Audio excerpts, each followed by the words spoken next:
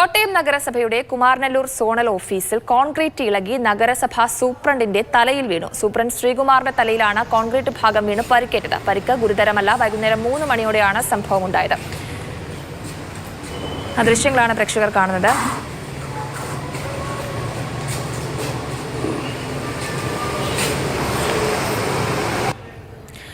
Nitin Thomas ചേരുന്നുണ്ട്. നിതിൻ, എങ്ങനെയാണ് ഈ കോൺക്രീറ്റ് പാളി ഇളകി വീണത്? സൂപ്രണ്ടിന്റെ പരിക്ക് ഗുരുതരമാണോ? എപ്പോഴായിരുന്നു സംഭവം?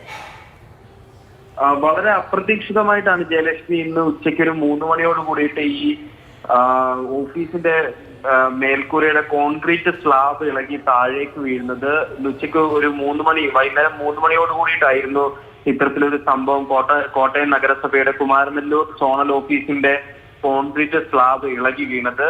ഈ സൂപ്രണ്ടിന്റെ പരിക്ക് ഗുരുതരമല്ല.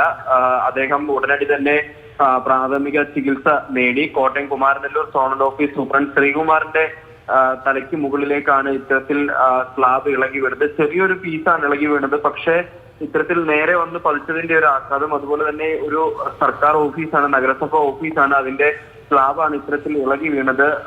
കെട്ടിടത്തിന്റെ കാലപ്പഴക്കവും മറ്റുമാണ് ഇത്തരത്തിൽ ഇളകി വീഴാൻ കാരണം എന്നുള്ള ഒരു ആക്ഷേപം നിലനിൽക്കുന്നുണ്ട്. മുമ്പ് തന്നെ ഈ ഓഫീസിന്റെ അതായത് പുനർനിർമ്മാണം ഒക്കെ വേണമെന്നൊക്കെ പറഞ്ഞിരുന്നതാണ്. പക്ഷെ ഒന്നും തന്നെ ഉണ്ടായിട്ടില്ല. അത്തരത്തിലൊരു സാഹചര്യത്തിലാണ് ഇങ്ങനെ ഇളകി വീണത്. ഓഫീസ് ക്യാബിനുള്ളിൽ ശ്രീകുമാർ ജോലികൾ ചെയ്യുന്നതിനിടെയാണ് ഇത്തരത്തിൽ പാളി അടർന്ന് തലയ്ക്ക് മുകളിലേക്ക് വീണത്. എന്തായാലും പരിക്ക് ഗുരുതരമല്ല. ഉടനടി തന്നെ ചികിത്സ നേടി. ഓഫീസിനുള്ളിൽ സൂക്ഷിച്ചിരുന്ന കുറച്ച് സാധനങ്ങൾക്കൊക്കെ കേടുപാടുകൾ സംഭവിച്ചു. എന്നിരുന്നാൽ തന്നെ വലിയൊരു അനർത്ഥമൊന്നും ഉണ്ടായില്ലെങ്കിലും ഒരു സർക്കാർ ഓഫീസിൽ ഇത്തരത്തിൽ സംഭവിക്കുക എന്നുള്ളത് തീർത്തും നിർഭാഗ്യകരമാണ്.